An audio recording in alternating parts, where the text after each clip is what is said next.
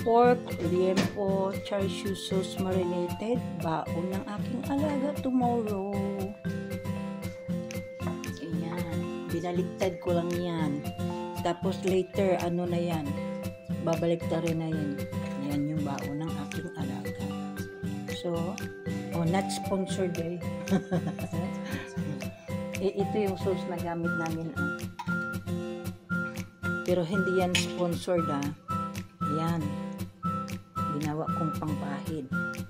Mahilig sa masarap tong alaga ko eh. Kaya yan. Babalik ko muna. Gabo. 25 minutes. 25 lang para hindi masunog. Diba?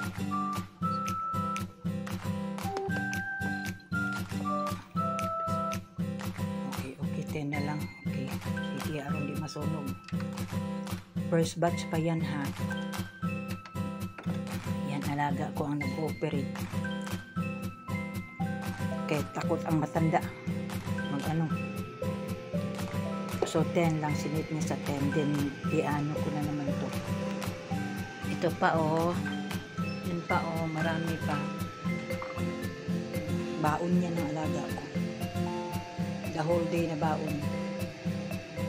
You know guys, my ward take one. She wanted to taste it and it's so yummy, so good.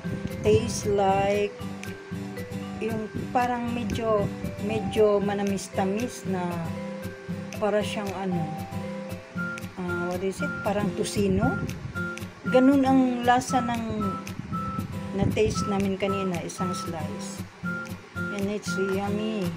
Lalo na siguro bukas, ang i-prepare ata nito is yung broccoli at saka cauliflower na binili ko kanina doon sa Carbon. So, ito i-continue ko muna kasi ko muna to, babaliktarin ko ulit to. Second batch to babaliktarin ko, din haplasan ng sauce, then 10 minutes again. Ayan, yun ang Okay guys, second batch pa to.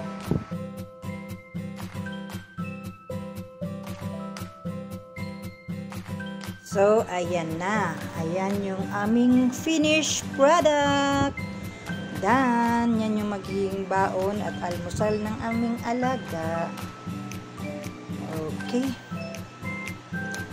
Yum, yum, yum. I'm sure masarap to. Gaganahan yung alaga ko nito. Oh my. Masarap na pagkain. Protina. Sagana sa protina at vitamina. Okay. At nang makapag na ako, I'm gonna be going inside my room nang makapagpahinga na rin. Okay? As always, nagsasabing ito si Bola na Chimi. Nagsasabing God bless us all and thank you very much sa inyong panonood. Bless us all. Diyos mabalos. Bye-bye.